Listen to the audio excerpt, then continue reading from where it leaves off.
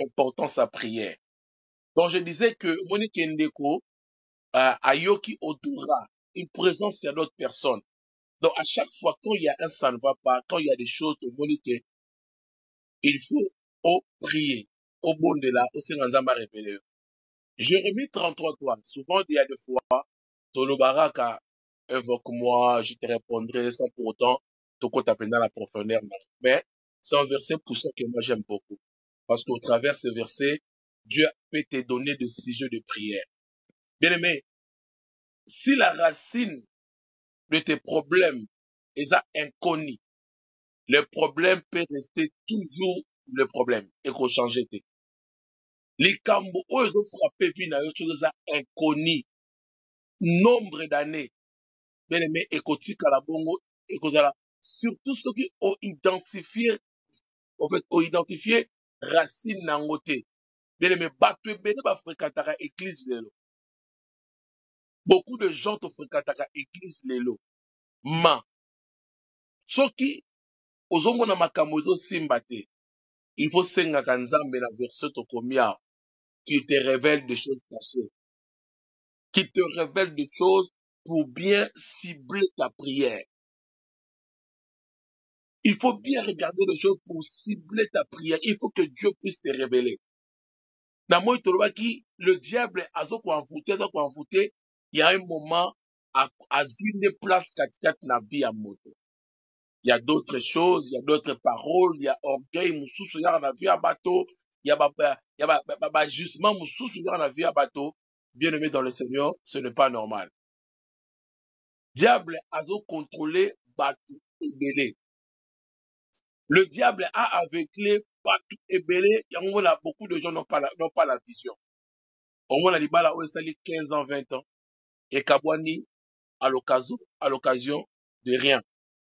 Un jour, je suivais un pasteur, un homme de Dieu, à d'autres prédication de Bible.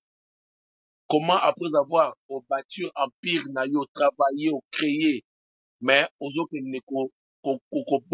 à cause de la fille, mon quoi, 16 ans. Donc, simplement, il voulait, donc, lui, s'il avait dit ça comme ça, en fait, il y a le diable, avec les motos. Combat et jali. Mais il faut que Dieu puisse te révéler pour le otia likolo, au salba prière moko, il n'y a rien te. Mais soki moto aloni fruit na ye, semence na ye, likolo ya libanga, likolo ya béton. Ata wadi ko boaka semence, ozoboaka mai, osali 10 ans, 15 ans, oboaka mai na semence likolo ya béton, et botate. Et botate. Bato ebele, vie na bango, donc diable déjà a tiango déjà pavement, tiango ciment. Ata baloni semence ekotaka te. Et ekotaka te pourquoi? Et ça déjà cimenté, bétonné par diable. Ato boakeli yango ndenge nini mai. Ato sali ba effort rebelle. Yango moni sujet le prière musu ba topesaka tolobaka.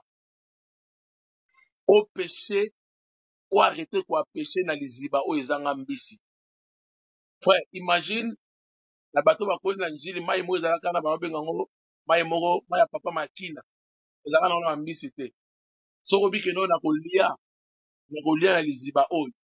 Ozwa ba fure na oke bwaka bele mais soki mbisi aza te okozonga na ndako na biso mbisi aza te. Il faut que Dieu puisse te révéler ma prière au yozo sala, ma prière au sala à bouti pe la moi. Nzambe a révélé pourquoi au monde a fruité. Pourquoi ça la demande, Dieu donne-moi ça, salaboué. Mais pourquoi ma fruit à la kate? Nzamba ko sakate. Nzamba lobaka solo.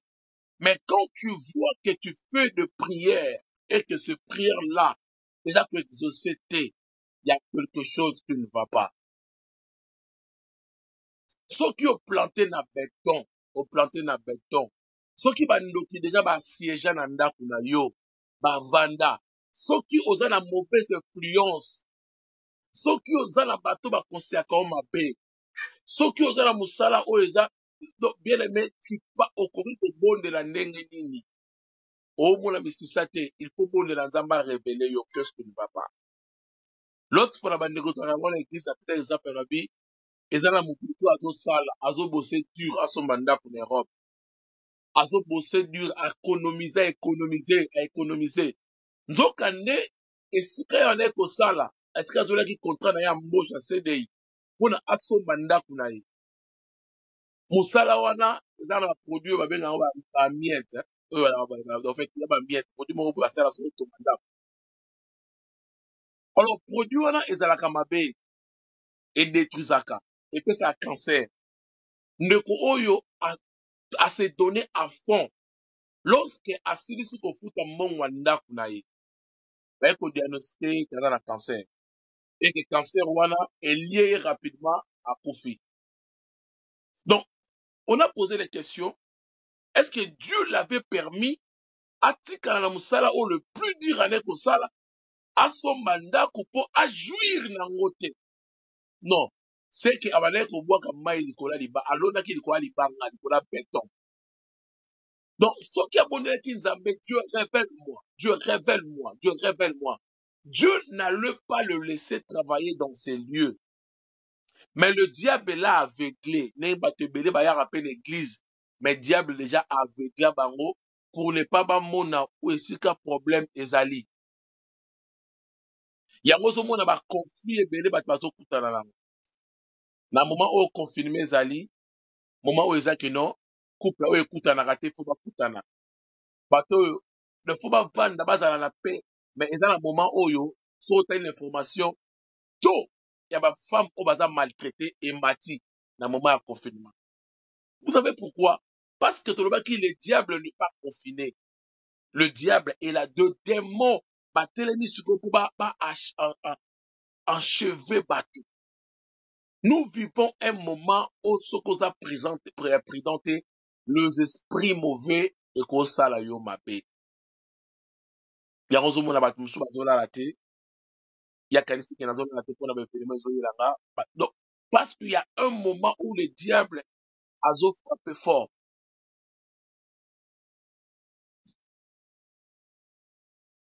Bible dit, toute plante que Dieu n'a pas semée sera déracinée. C'est le livre à Matthieu 15, 13, totalement. Parce que souvent, je l'ai dit aussi ces versets souvent, trop souvent, mais totalement. Matthieu 15, 13.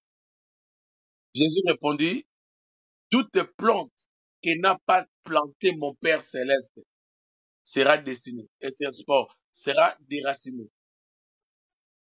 Donc, cela explique que ça n'a biloko mususu et que vous se retrouver dans la vie na yo, Nzambe a planté en côté. Ba maladie mususu et qu'on se retrouver dans la carte nzoto na yo, Nzambe a planté en côté. Aucun à l'hôpital, ba diagnostiqué que vous avez un cancer. Aucun à l'hôpital, mais tu t'imagines que you va diagnostiqué que vous avez un cancer, mais tu avais travaillé honnêtement pour son mandat kuna yo au Tchawana. Alors, toutes ces choses, toutes ces maladies, ba docteur ba ko pesa ngo kombo. Toutes ces maladies, ba ko pesa ngo kombo, même ce coronavirus, ba ko pesa ngo kombo. Alors, ba problème est comme là, yo, la stérilité, ba ko pesa ngo kombo, c'est à cause de la vibrone, c'est à cause de myome, tout ça, tout ça. Mais pour nous, les enfants de Dieu, toyebike, c'est une plante que Dieu n'a pas semée.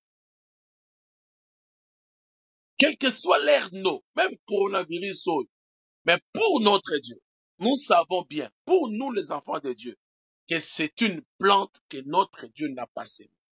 Donc même cette maladie est frappée pour nous les enfants de Dieu. Nous savons très bien que son nom, ce n'est pas coronavirus, son nom, c'est une plante que Dieu n'a pas semée. Donc, ce qui est la plante que Dieu n'a pas semée, cela veut dire, Bible dit, et kozala déraciné. Si au moni problème na yo, que Nzamba révélé yo, la Jérémie 33 d'Otani, au moni que problème aux la origine ya Nzambete, il faut que ça soit déraciné. Ce qui au sala qui les soumou, parce qu'il y a d'autres problèmes qui arrivent dans nos vies, c'est à cause de péché. Donc, moi, l'autre fois, lorsque Satan a accusé Josué le sacrificateur à cause il a péché à Salakala à l'époque il a âge à 12 ans. Ba péché mususu elandaka mu. Yo zalaka dit ya ko accompagner ba petite sœur à quartier ba ke longola ba zemi. Yo mo tongo bali siko zeme zo yate. Ba péché likambo ndenge ba taka ndenge na siko na mo ina yo. Ce que tu vas faire simplement, c'est le pardon, demander le pardon à Dieu. Donc, eloko oyo moni kezo koma na bi na yo, et que loko wana moni origine nango eza na Nzambe. Parce que Bible bi, en Israël, stérile à kozalate, moto osopo bazemi à kozalate. Quand tu vois que ba stérile ma vie na yo bazali, na liboto no bazali, pe bato bazo sopo bazemi bazali, bien aimé, c'est la cause moko anormal, c'est pas normal. Vous savez, aujourd'hui, il y a une sœur qui m'avait appelé. Topriye naï. Je ne sais pas si c'est Azo la Nangapé. Donc, pour ne pas tout le bakombo naï. La sœur m'a dit, maman Lobi, Abi, tu vois, nombre de bana au Nazanaba. Et ça, nombre de bazemi au Ebimanga déjà. Donc, ce qui explique, ce qui n'a zemi, il faut zemango elongwa. Si ma sœur n'a zemi balé, wana ne botam. Ce qui n'a zemi moussous, yami balé. Donc, yazo benga mi balé, donc yami sat. Elongwe, oyo ya 4e ne ko botam. Nabi, no, imagine, soit dans la 5 ban. Cela veut dire, basé mes sopana, eza combien? 5. Donc, yé n'est pas là, eza li kelimbako, donc yé sera lié, ou sous pas lié. Yé sera lié, ou sous pas lié. Mais, tu t'imagines, est-ce que vous comprenez que eza d'origine moko satanique déjà? Eza kibondoki. Fa, osala li kelimba, nanan. Lokola muta mukili, je pourrais aussi poser la question. Moi, je l'ai posé la question. Osala li kelimba, nanan. Donc, il faut seulement demander le Jérémie tantôt, toi, que nous négligeons les lots. Seigneur, qu'est-ce qui se passe? Qu'est-ce qui se passe dans ma vie? Ni les autres cas, ce qui n'a, donc, la jume encore, vous imaginez, par moment, il y a pas carababota, biso, 10, 20. Donc, si babota bino 20, cela veut dire, maman, la bino, abota 40 ban, na sena moi. Donc, 20 mususu baza ba pauvre ya nanga pauvre leki nanga 20 mususu bango ozomona na se na moi. Donc pour dire que c'est un moment où biso bana nzambe esengeli to bondela to bikisa te. Quand on dit bombarder, il faut bombarder. Quand on dit prier, il faut y avoir importance ya prière. Comment mutu atangi ba classe phénomène nango bato bele surtout ba négligeant ah. Nous, on n'a pas eu cette grâce. Il y a aucune grande université. Mais il y a un bâtiment sous autour en Europe. Papa, ba université, il y a minene. Mais, lorsque ba se retrouve en Europe, ou bien en Europe, t'es qu'en Afrique, c'est kazali. Ba la ba papier, ba zala ngoto. Ba comment ba femme de chambre, ba comment ba biso yonanga to sala nini, ba auto sala ngomi ba ko ba tombola biloko ba manutationneur ba biloko ma marqué wana. Mais mutu ala koyebisa yo naza na ba diplôme. So moni la façon so ba français lo lenga na ko articuler yango. Obi onzambe po no pesa ngata mutu kote. Donc aso salela te eloko o ya ça. Donc non, tu ne peux pas vivre, ce n'est pas ta vie. Donc frère, la terre appartient à Abraham. Donc même la France est à Abraham. Donc cela veut dire ceux qui n'ont fait là et le Congo a atteint la classe T et ça plante au Nzambe à se mettre.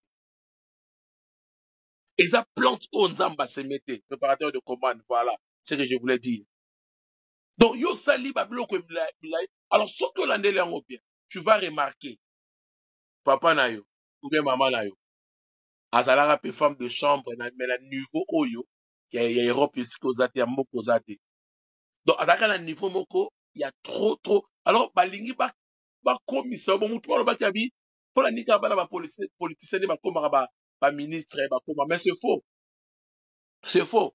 Et ça diable a kotsa ba tuna mutu pona akanga mutu o vivre plante oyo nzambe apesa yo te.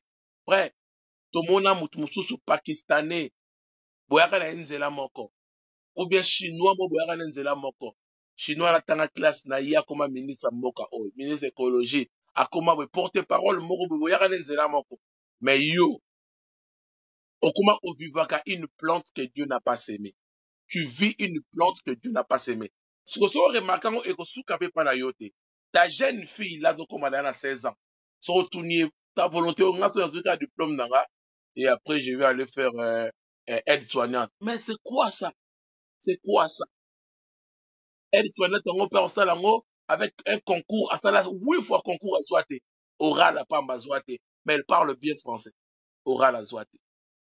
Mais, au moins, il y a bac na moka. Donc, pour dire qu'il y a des choses, au diable a vendu ça déjà, na banzoto a bateau. Et, biso photo yebake, c'est une plante que mon Dieu n'a pas semée. Sauf que yebi que ça plante on zamba semate, il faut à la déraciner. Il faut à la déraciner. Faut combien de personnes te bayi barabango si facilement? Si facilement. Si facilement. Combien de combats cités? Il suffit kutana mobali moko baboyana na ye kala. Ceux qui bakutani na ye le même jour, faut bazonga na ye. Pe basangisi nzoto le même jour. Non, c'est une plante que Dieu n'a pas semée. Alors, bakopesa yo façon ya ko défendre yango. Oh moni parce que c'était l'homme qui m'a déviergé. Non, non, non, c'est la sorcellerie. Donc il y avait quelque chose qui s'est passé là-bas. Yango à chaque fois bakutana na yo za mbala limwasa libala tozonga. Oh, c'est une fille que fille n'a liboso à vie. Donc, c'est la sorcellerie. Soko zongi étant rentré au zongi nzamba révélé yo, akoyebisa yo que au cours ya ba relation na bino il s'est passé quelque chose. O esengeli o bana kokata ngo ko brisa. Moteme koma ko pela yo, koma ko pela yo, koma ko pela o sala ka mabe, o efsa ki yo ke intel akomaki déjà, ayaki déjà. Combien de personnes t'ont dit que non, petite monde en a vivre dans la ça, si ayaki, yakumko luka, akola la te papa. Attends na ticket à frauder dans métro. Bien aimé dans le Seigneur, c'est qu'il y a quelque chose. Et ça procède en autres kakate. Des mots si à kota, azo kingane abomayo. La petite là aux suivre là, le monsieur te suivre là. Beaucoup tel bosangi banzoto. Est-ce que beaucoup manque un niveau, hein? Beaucoup manque un niveau. Il y a aussi les tests à sida. Bato bele sida nete bongo da coronavirus à bato. Ototo bangale. Bien-aimé dans le Seigneur, le diable a koti na banzoto a bato. A koti na banzoto a bato. Sur la décision finale les alliés, au trahir Jésus, pour qu'il ne commis diembika. Au trahir moi nzambe, pour qu'il ne commis diembika. Étape ya ko envoûter bato bele c'est l'état. Sur étape commis nango trahison et omiboma yo moko. Il est temps au bana nzambe, basenga nzambe, révèle-moi des choses cachées que je ne connais pas. Saute aux unes à Matthieu 3:10. Bible dit, Matthieu, je répète pour la bado comment. Matthieu 3:10. Sur le rapidement aujourd'hui. Matthieu 3:10. La Bible dit, déjà, la cogne est mise à la racine des arbres. Tout arbre, donc, qui ne produit pas de bons fruits, sera coupé et jeté au feu. Alléluia. Matthieu 3:10. Nzete nyonso. Batala, mbeli déjà, et vandi déjà na racine boy. Et vandi déjà boy. Au senti bato wa mona ngai. Donc mbeli déjà, o bakate la o to bi mbela ba chinois bakate la loso wana. Si e vandi déjà, bibolobi à la racine. Balobi te na tronc nango. Balobi te aux étapes nango. So o kati nzete na ba étape racine ko bota.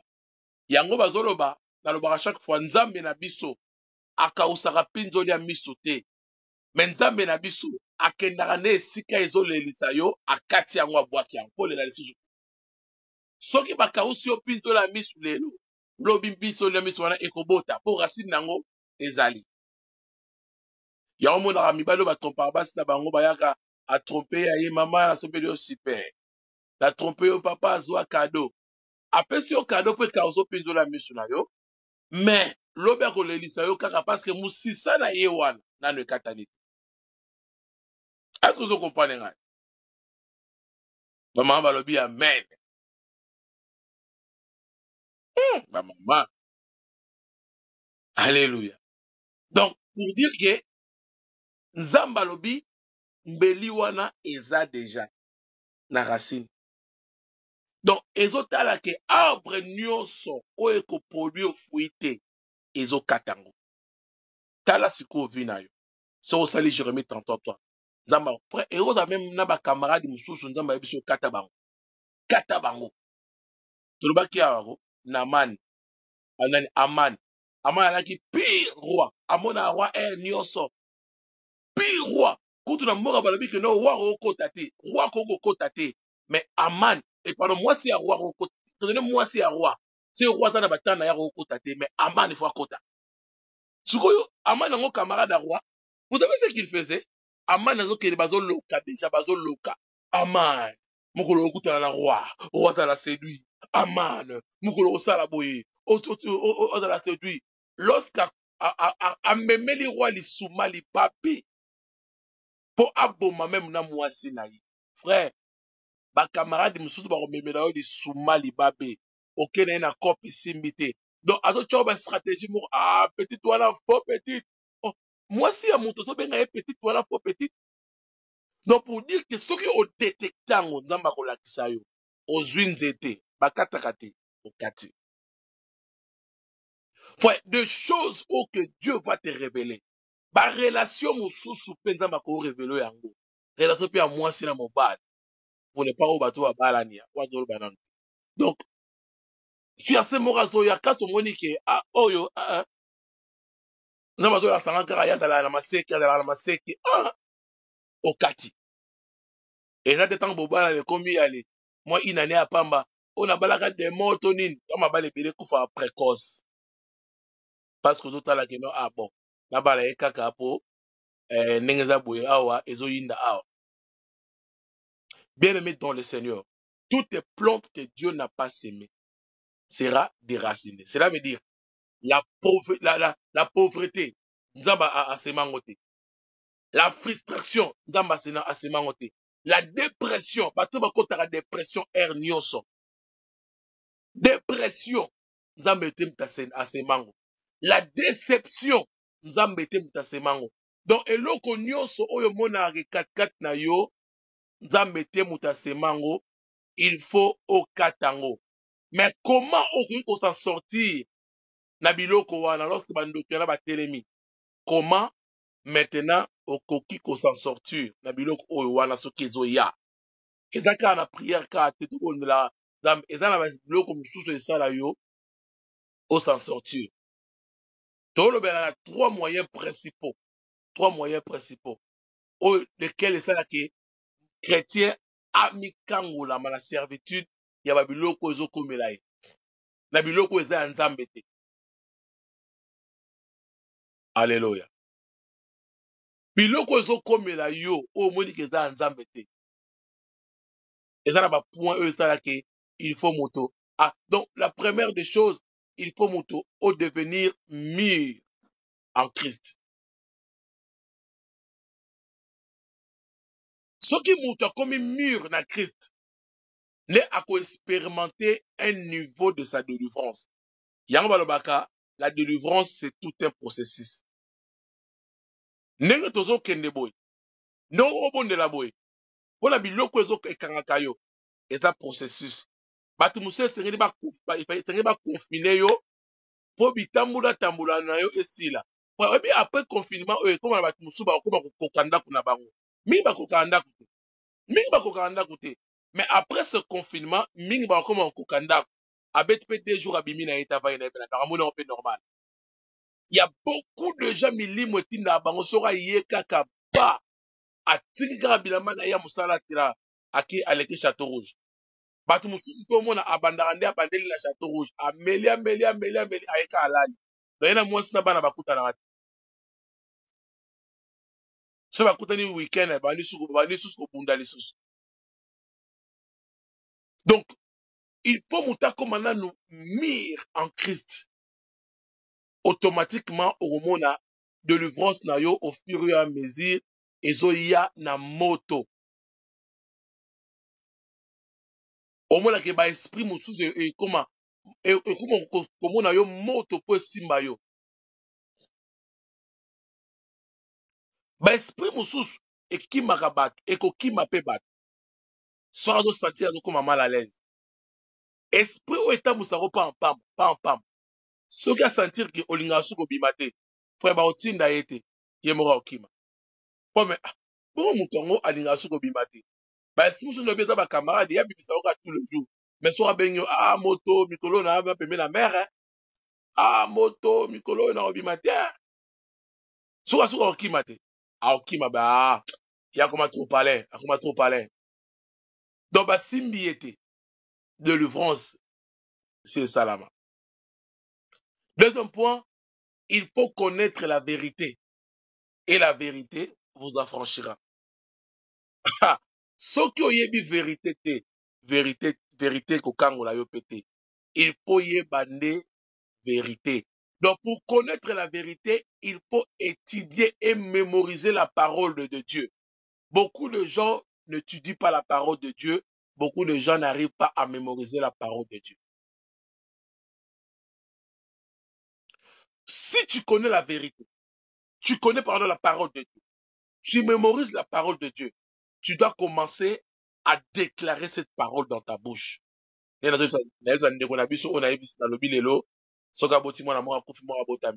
voilà, le moment marqué, voilà.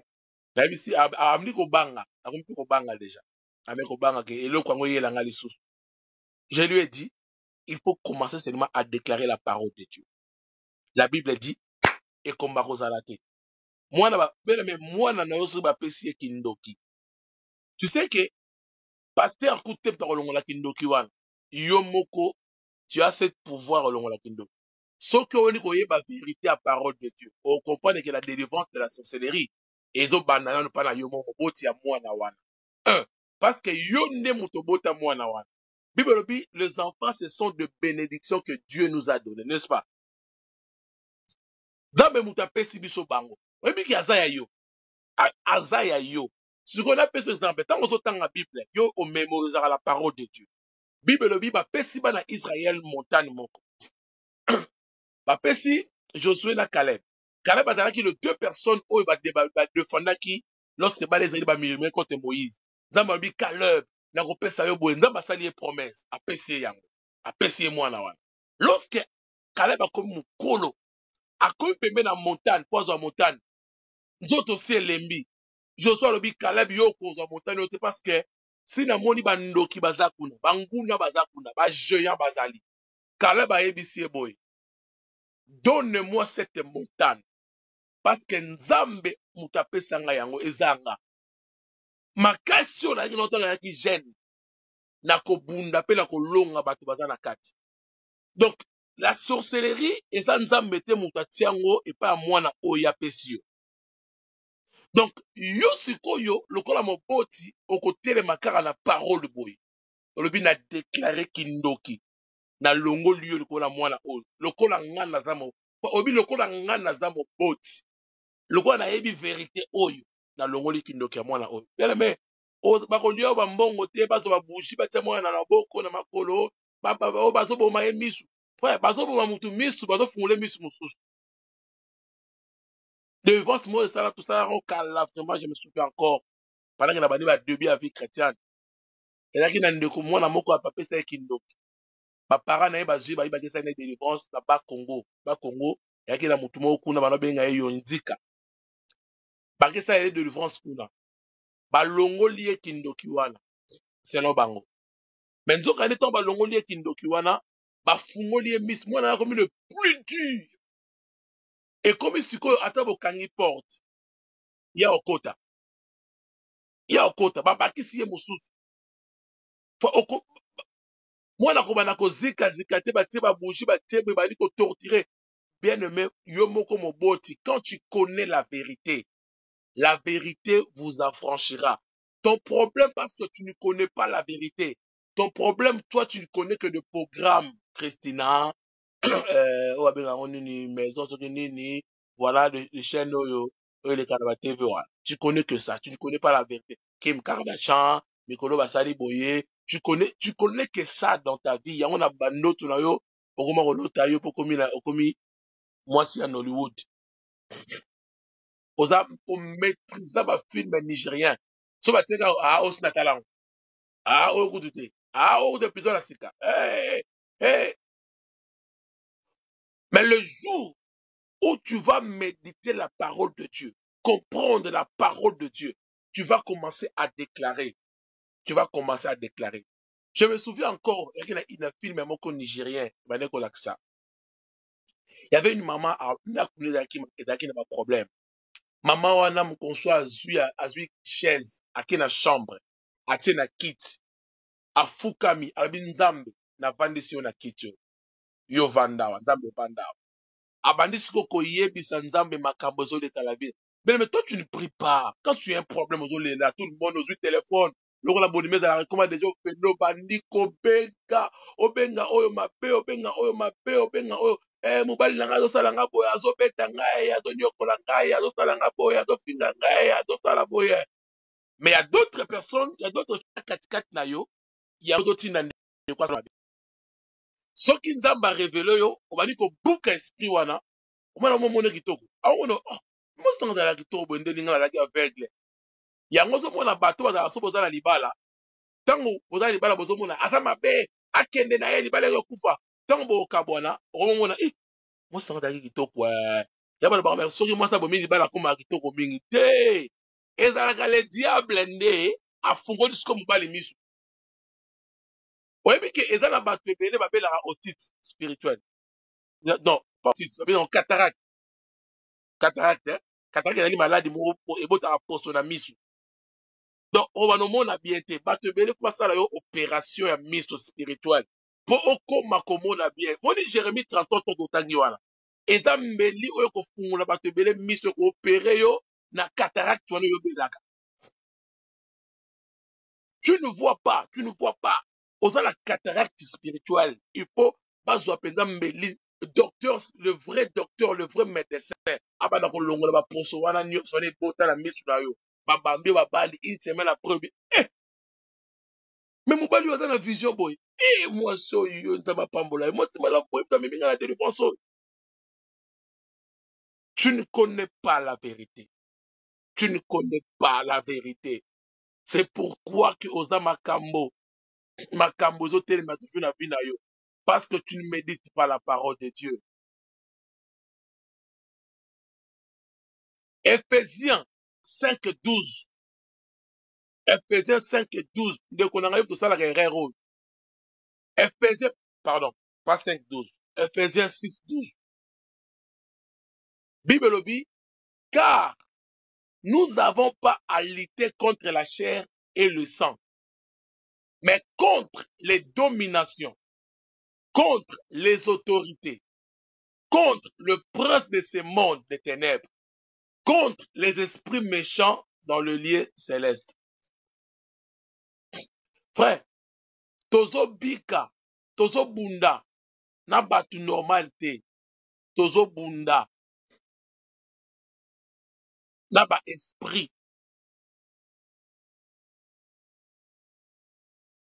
Batu bele boza accéléré spirituellement. Beaucoup de gens, le diable a accéléré bango spirituellement. Bien aimé dans le Seigneur, ceux qui ont comprendre toutes ces vérités, au Seigneur nzamba fungulo molimo te. Bien aimé, makambo ebele ekokangama.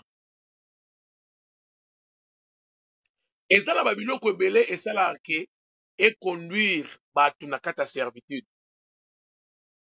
Bano Facebook ba komi parce que tout moni bato ba komi verset de comment verset wana. Ah, yango wana za pambola frère Bertrand. Parce que zo sunga ba miso bazo tala ngo après. Ba biloko ebele zo sala ke bato mingi bazala na kata servitude. Milimo mabe vandela bango. Okobanda kolela kaka na vie na yo. On la kaka mais ngai pourquoi? Mais pourquoi ce Mbala Zunga Tifina? Pourquoi ce Likamosalam Bosalembe? Pourquoi Batumsu Bazo reçu, frère? Europe, Batumsu Bazara, Smith, Kene Bazali. Mais Bazo quoi revivre quand même. Bako quoi balana quand même. Bako quoi ba projet miné quand même. Mais toi, tu ne fais pas. Non, il y a quelque chose que qui ne marche pas. Il faut prier Dieu. Il faut ça la prière. Jérémie 33, toi. Et ça, lorsque j'ai commencé ma vie chrétienne, et ça va verser à Libandel, Autobandak. Moi, je priais ça 0 heure.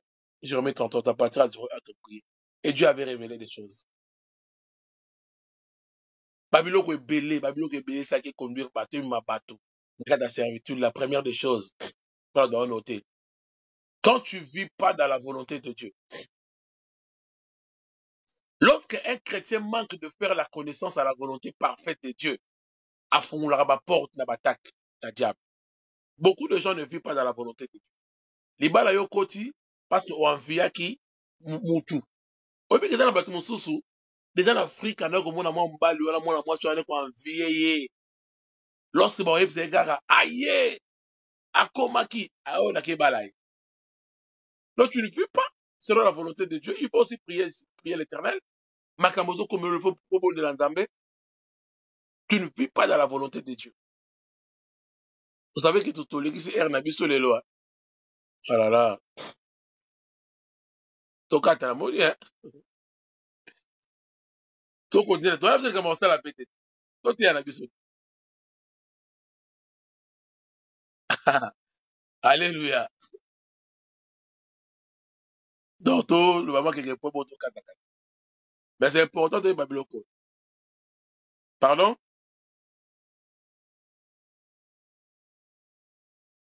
Ouais, donc voilà. Donc pour dire que Batebele Bazo vivre non pas dans la volonté de Dieu, raison pour laquelle il y a des choses qui arrivent dans nos vies, parce que nous ne vivons pas dans la volonté de Dieu. Quand tu ne vis pas dans la volonté de Dieu, au n'a pas problème, n'a pas problème, n'a pas problème, tu ne vis pas dans la volonté de Dieu. Ozo vivre vie na yo moko, ozo comme un copier-coller.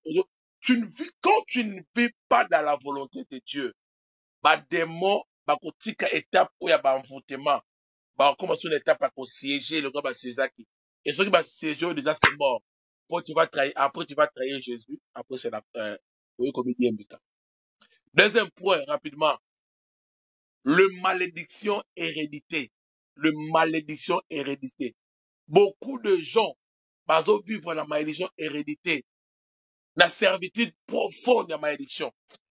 Beaucoup de gens vivent dans le malédiction hérédité. Si balaka bango, que bino bozalaka boy, ce sont des choses où ils ont ça. Vous savez, Judas avait déjà cette malédiction hérédité.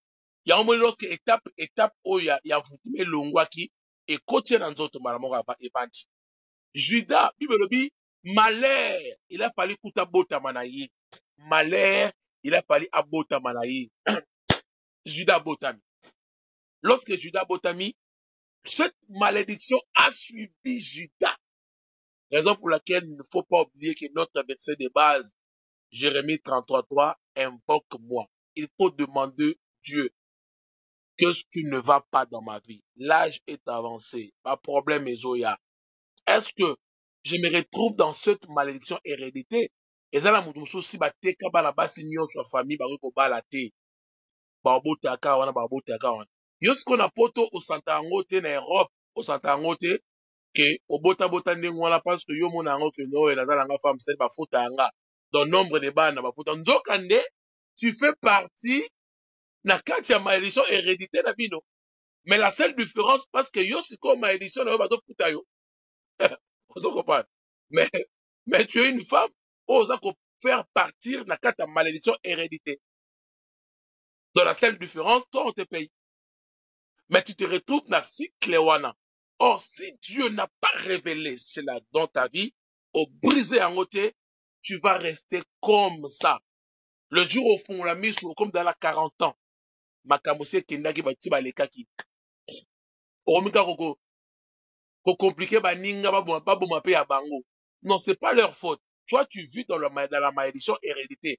Lorsque bato ne savent pas compte à la profondeur de la parole de Dieu pour que leur problème éthique là-bas dans la délivrer, toi, tu ne vois pas ça.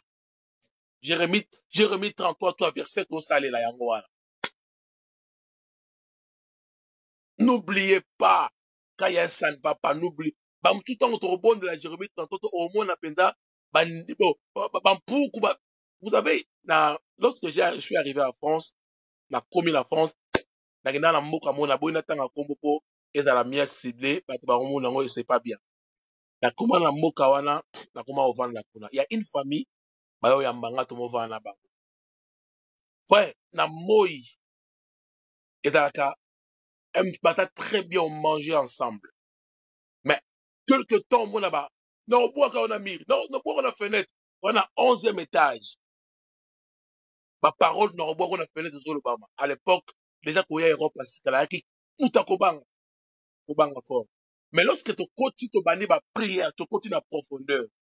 Je vis des choses que Dieu a révélées. Nabi commence à prier.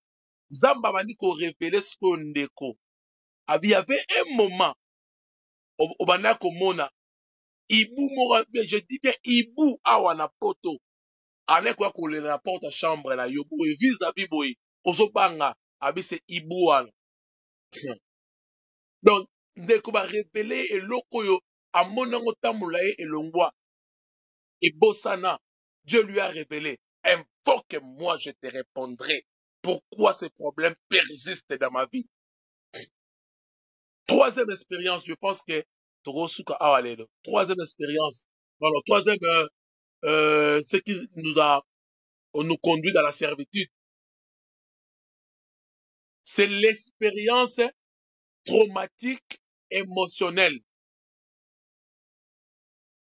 Alléluia. J'ai dit l'expérience traumatique émotionnelle. Vous savez, beaucoup de gens, Lélo, bakotisa démon. Là, il faut l'appeler ça même exemple. Bakotisa ba démon katikati na bango à cause d'expérience traumatique émotionnelle. Donc, nombre de gens sont entrés dans la servitude au travers certaines expériences traumatiques. Oetika bango ba blessure psychologique na vie na bango mobimba. Il y avait une femme. Yé aïba amibalité. Et cette femme, cette soeur à l'époque, tout ça, elle a promettre. Et le monsieur apparaît sérieux. Abi nakobala yo. Mais avant na bala yo, neba mibale bile bazara ba skro, abandi donc kopese maloba, aeko ko diverger ndeko. Et le malheur est retombé que ndeko azwi zemi. Lorsque ndeko azwi zemi, andimi akomi kovanda na ndeko na ndako moko. Lorsque mwana botami, le mari a dit, le mobile a lobi, ce n'est pas mon fils. So moi si abandi kotala mais na tikala koyeba mibali te na pina. Je pensais à honorer ma famille. Et yoye au convaincre nga, na accepté, na se rabaisser jusqu'à ce niveau. Na zuizemi. Et que lobi moi nous allons na zuyango na molimo mo sans tout comment et créer ba problème. Ne commence à sentir cette humiliation. A commis blessé émotionnellement. Traumatisme bêtier. Cette dame a commis tout le temps. A donc il est dans la toilette. Frère, vous avez vu toilette Afrique et les toilettes à il y a pour toi. Ah, on dit la toilette à on dit Peli, J, papa, ah, on dit là où il toque. Bah, toi, tu as dit bandori, bah, t'as la carte à toi. Pour propre. Mais, ndeko, voilà, donc, ndeko, au bon de la toilette, il y a revenu à Afrique, azol loba, mobile yo. Loba boyete. Frère, tout ce qu'elle avait prononcé, et kokisama na bon ndeko la mobile. Et en retour, yé moko pe ndeko mwasi vine komaki bloqué. Makambo esimbaka te, bato batala ekuta nzela te. Parce que akende kosala pacte na diable sans le savoir.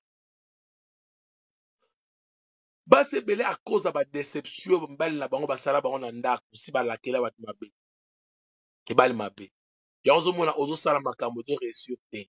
pour ba moi sinon si aloba au conseil tellement trop et comment yé penza ah lobanga la bingisa ete ezalaki na ndeko moko na kolandela mwasi aboma mosala sala nyonso abengisa azwi bambongo bakode cote finale baye na mobali na poto bakomi na poto baboti mwana azalaki na problème mobali abi je ne veux pas mwana aza na problème je ne veux pas atalika mwasi akomi koloba alobi ngai bana babo alingi asengi divorce akende ye kozwa mwasi mosusu mwasi akoloba abi ngai oyo nabomi mosala na nga babenga zoba elle a commencé à dire à prononcer des paroles faut un traumatisme wana émotionnel ndeko asali mutu malamu badese yango na basi mutu nga na obala te pa mbali nyonso bascro tout ça est bloqué diable apande sika wana koti ekotisi bamalédiction oyebi eza na bana basi ebele bazalaka visite na bamari de nuit na butu me baloba yango te ebele baza visite na mari de nuit na butu baloba yango te vous savez mari de nuit wana ekota koma à cause ya badéception boye alingi mbala oyo aboyi alingi mwasi asundoli ndenge wana donc ntango atie ezeni abwakisi asali boye fo ekotisaka moto akomi kobanga bato eya lokola moto oyo soki baviole akomona so abangaka bato mbala mibala abangaka bato baza groupe baotambola ensemble amoni bazokanganga traumatiquement moto akomi yango moni même na ndako nokolinga kotraumatize même bana te kotraumatize bana te émotionnellement diable akoki kokota mwana mosusu akoma timide esprit ya diable profite ekoti mpa ya mwana ekoti mpa ya mwana eza na bato ebele bango nde baza wana donc super nani kuta aza bien ye soki abandi koganga na ndako aleki na super nani tu peux traumatiser les gens tu peux traumatiser bana na yo tu peux traumatiser bato oza na bango badéception efungolaka mpe porte po diable akota na kati ya motu avanda na kati ya motu akota na kati ya motu avanda na kati ya motu yango moto olobaki même bainformation ezopesama sur la coronavirus ezotraumatize bato ebele motu mosusu azokoka te isi mpe monaka keno mwasi nanga kendeki kosala ye alali te nzambe na ngai akozwaka maladi yango ngai moto akendeki kosala kutu azwi yango te meme totikalaki na ndako ozwi estoma bato ebele bamona bobondela mpo na ngai naza na estoma landela yango bien motu na ye eza ya kobeba traumatisme déjà azomona kaka neti coronavirus yango ezalaka yango na porte ya ndako na ye nde mwana bikutu nga kutu ta zolo libanda oyo ekotikalaka komona nga te ti kosila ata zolo libanda ekotikalaka komona nga te point nous tozovivre na mboma moko oyo fo tobondela Jérémie 33 que Dieu te révèle de grandes choses même pour se prévenir na maladie oyo il faut nzambe arévele nzambe akotisi so retraite moko ya makasi toyoka ata mate ya boye est ce que oyo tolobi epamboli d'accord soki topambolami tobeteli nzambe maboko makasi esika ezali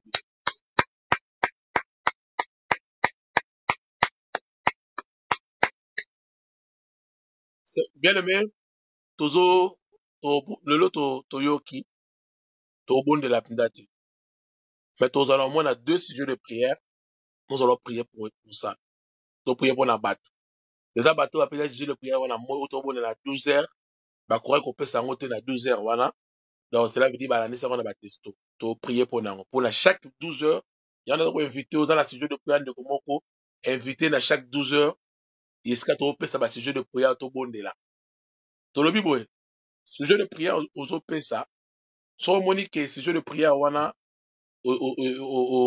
opréféré te ke opesa ndenge détail nango il faut batanga kombo na yo okoki komela nga na testo oyo obeyi nga après prière nga nayebi nde na opesa yango sans pour autant kombo na yo yokana mais ya d'autres sujet de prière eza nango problème te opesi tout le monde abondeli na ntina na yo yango tozosala na 12 heures prière à bombardement eza prière wana sika tozosala na midi donc inviter tout le monde tozoloba mais toni tobondela mpona 2 personnes mais d'abord bala kopesa nzambe merci na oyo yoki Bala kopesa nzambe merci na ndenge na compréhension ya pesi yo. Bala kopesa nzambe merci na parole de Dieu ya pokwa lelo. Tobondeli alléluia. Merci mon Dieu. Merci Père éternel. Merci Père éternel au nom de Jésus. Alléluia. Ramando Shanderema, Ramando Shandarama. Meraba Baba. Yakerema Ramando Sa. Père, merci. Père, merci pour ton amour. Merci pour ta volonté. Merci pour toutes les bonnes choses au nom de Jésus. Tu es Dieu. Mimonissa. Tu es Dieu. Merci pour la moment de retrouver tout ça. Nakobu la spécia. Dans ma délivrance. Dans ma minene. Alléluia. Au nom de Jésus. Alléluia. Au nom puissant de Jésus. Ramando Chandere. Marabama Mama. Au nom de Jésus. Père, merci. Père, merci. Parce que tu es Dieu. Au nom de Jésus. Père, merci. Azatata. Azanio Sonotuya Nabiso. Alléluia. Père, merci. Merci pour le moment où. Au nom puissant de Jésus.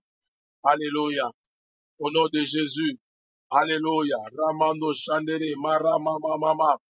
Tu es Seigneur. Au nom de Jésus. Bien-aimé. Yoka. Tozobondele pa nzambe. Tozobondele nzambe. Tozobondele la sujet de prière. Tozobaki oyo ndeko na biso. Oyo topesaki na moi concernant l'église ya nzambe. Concernant l'homme de Dieu dont je suis. Tozobondela la sujet de prière wana. Bande wazo amonaki le babato yo en fait les deux personnes ndeko moko amonaki bana basi mibale. Donc moi mona ba mbali mibale. Tozobondela pona ngo yo zaki na biso longo. Tozotelemela force notre kozala nzambe te concernant sujet de prière oyo omonaki. Mosala oyo ko continuer. Mon nzambe akobatelama. Sango malamu ekende partout. Au nom de Jésus tobondeli alléluia. Ramando Chandere Marababa. Bondela, Bondela. Tu es Dieu au nom de Jésus. Alléluia. Parce que tu es Dieu au nom de Jésus. Alléluia. Ramando Chandala Marama. Ramanda Chandalaba. Au nom de Jésus. Alléluia. Priez, priez, priez. Bondela. Alléluia. O Ramando Chandalaba, Ramando Chandalaba. O Rababa, Yakerema, Romanda Chandalaba. Alléluia. Alléluia. O Rababa, Yakerema, Ramando Chandere, Marababa. Au nom de Jésus. Alléluia. Amina, Amina. Au nom de Jésus. Alléluia. Tu es Seigneur. Au nom de Jésus. Tu es Dieu. Au nom de Jésus. Alléluia. Yesaka Ramando Chandere, Maramama. Bien-aimé, balako bwaka siko moto nzambe na vi na yo. Moto nzambe na bomoi na yo. E balako traiter cataracte o eza na misu na yo. E balako traiter molili o ekanga yo miso mona te. E balako traiter à chaque fois quand tu fais de prière.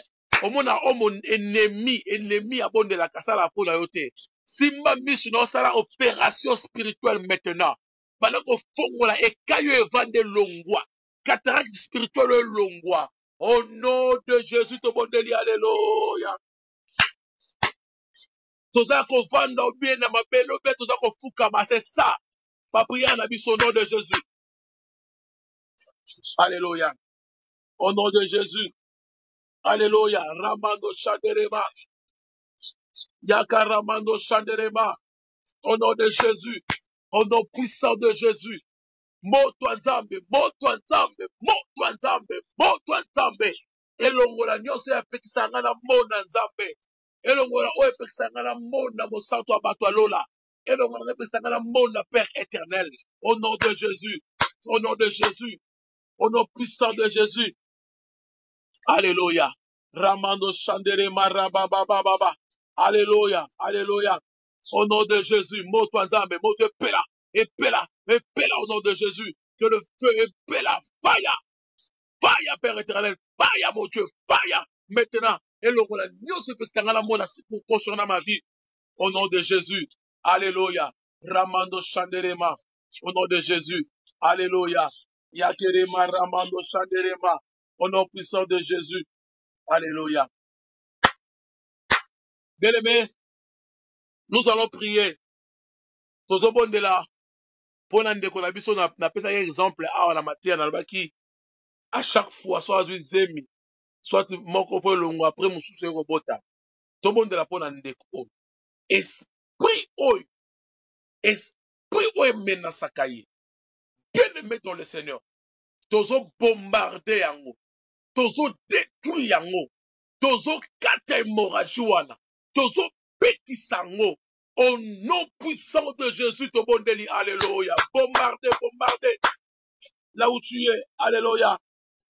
Oh Rama Mama, au nom de Jésus. Alléluia. Alléluia. Yakaramando Shandalaba. Nazo bombarder, Seigneur. Ndeko nanga mwasi kolo. Ya salama na sena moy, oh notre Dieu. Pona kuta na makambo te. Na kombo les Messia. Nazo longola démon oyo. Nazo longola esprit oyo. Nazo longola molimo oyo. Na kombo na Yesu Masia. Au nom de Jésus, le puissant de Jacob. Au nom puissant de Jésus. Nazo longola na kombo à Christ et Jésus. Yoko sakatoro baramakambwa solo. Je brise et je détruis. Je brise et je renverse. Je brise notre Dieu, je maudis au nom puissant de Jésus. Alléluia. Ramando Chandere Marababa. Nazo kangola ye.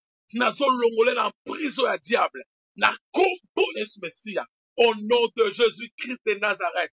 Au nom de Jésus-Christ de Nazareth. Alléluia. Bien-aimé, tozobondela pona sero na biso moko. Ela ndeko moko abato bondela pona sero. Sero komo na ye, Sœur Irène. Tobondela tina na ye. Ndeko wana déjà 2 fois a senti une mauvaise pressentiment pour ndeko. Biso tobondela pa nzambe. Nzambe amatisi yango na motema ndeko 2 fois. Oyebi na Israël, ce que l'on a 2 fois. C'est que il va témoigner 2 fois, c'est que ça solo. Donc, et l'autre chose comme la famille otoye. Tolo balanzambe. Et l'autre moko tamabe comme la vie en décoration na biso na kombo de tangi Irène. Force à ténèbres, force à molili, ba plan machiavélique, ba plan démoniaque, on va bongisi pour la ndeko. Et ça la détruite maintenant. Au nom de Jésus, on va bombarder au monde de l'Alléluia.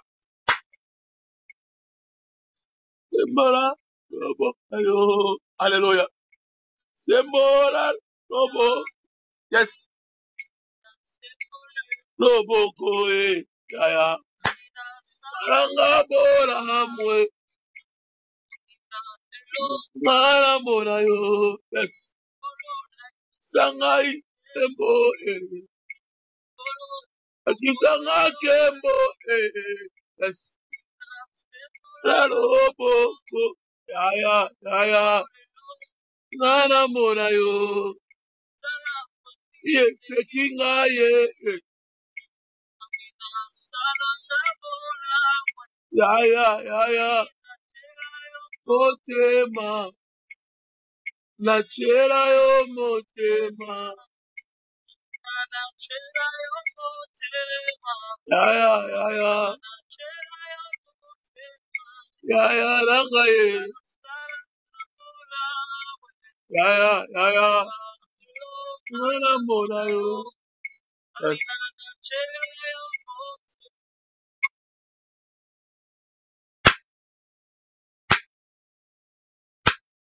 Bien-aimé, bondela tika butwa lo na boko nzambe, lo bala nzamba bomba yo, a révélé ce qui est caché que tu ne connais pas. Et tika programme la biso ya 12 heures na boko nzambe, au nom de Jésus, to bondela alléluia.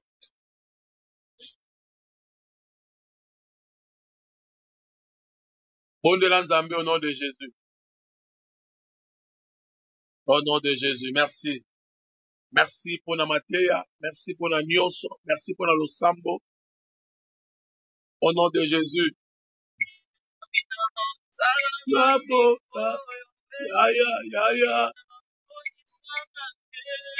ya. Ya.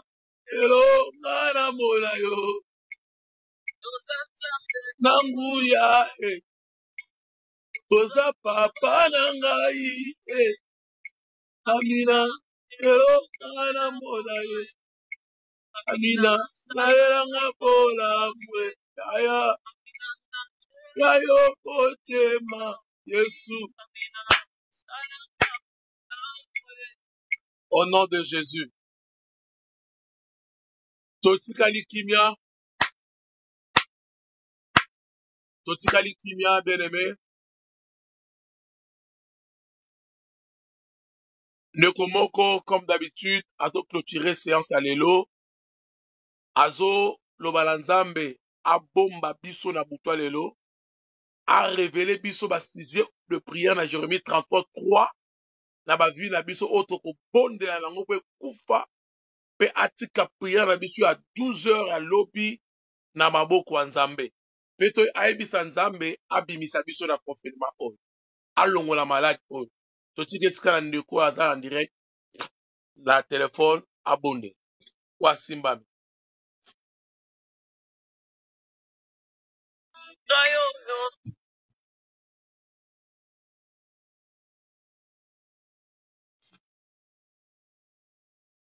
Yes. Amen.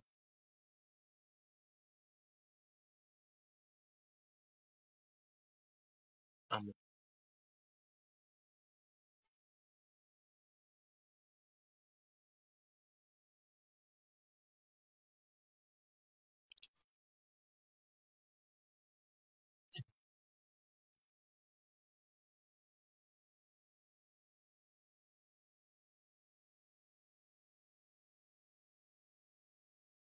Yes.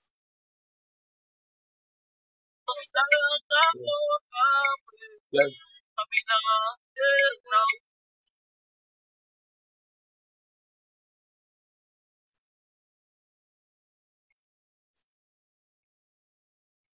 Yes.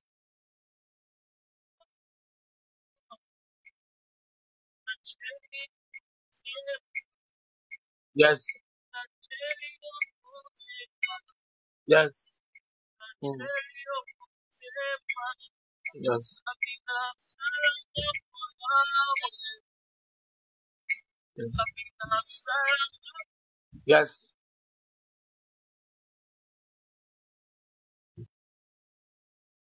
Yes. Yes. Yes.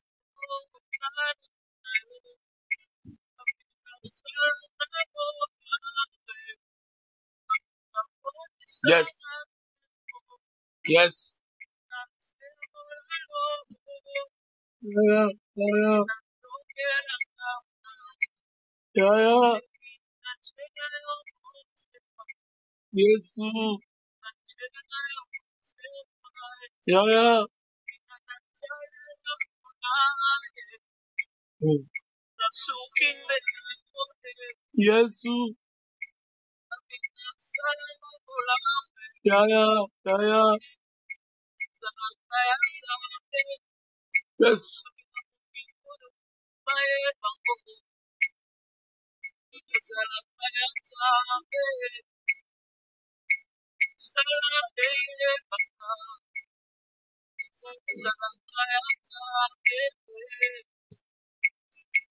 Yes. Yes. Mm.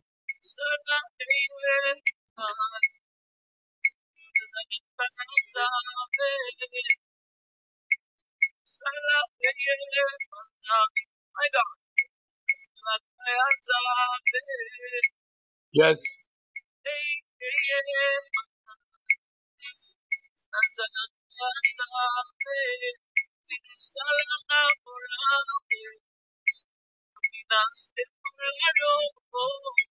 Yeah. Yeah. Yeah. Yeah. Yes.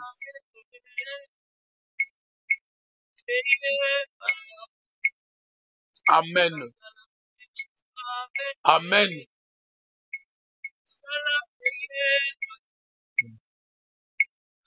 Amen.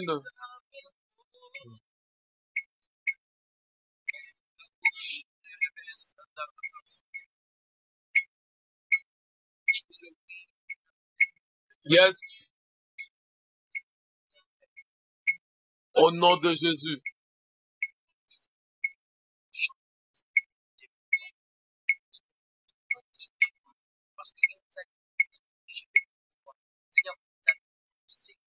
Yes.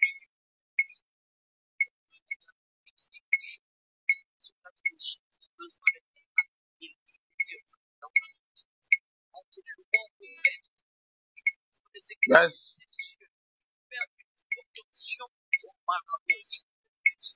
Amen. Yes. Mm. Yes. Amen, Seigneur. Yes. Amen. Yes.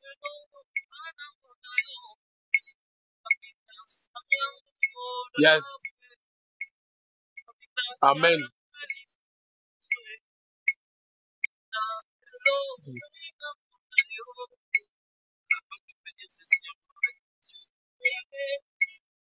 Amen. Yes.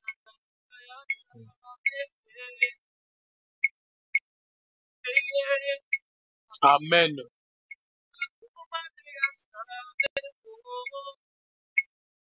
Yes, c'est la parole.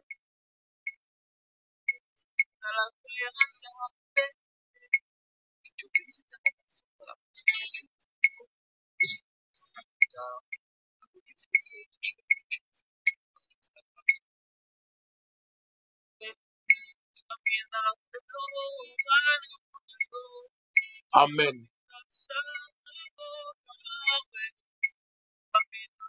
Yes.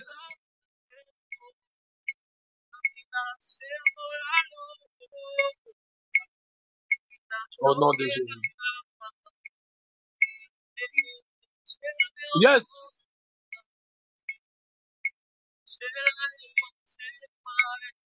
Yes. Yes. Alléluia. Mm. Yeah.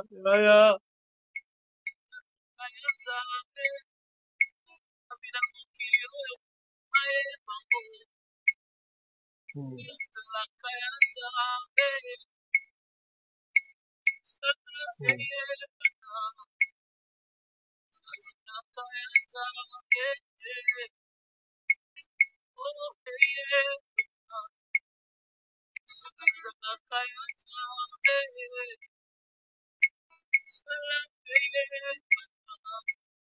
Mm.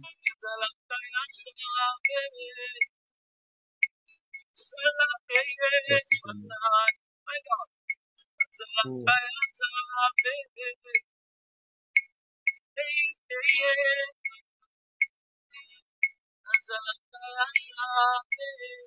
Yes.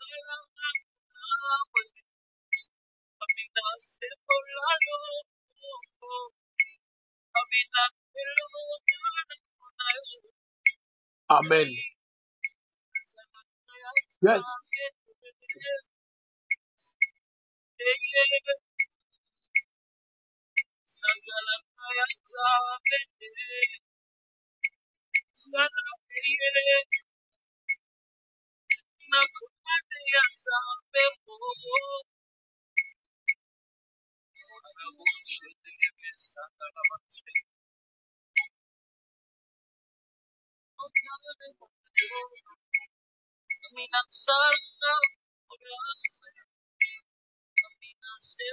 Merci Seigneur Jésus.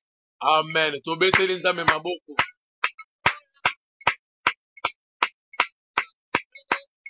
Bandeko ya Facebook ba regrette ba bi ba yoki prière te. Donc prière moko kitoko elega. Amen.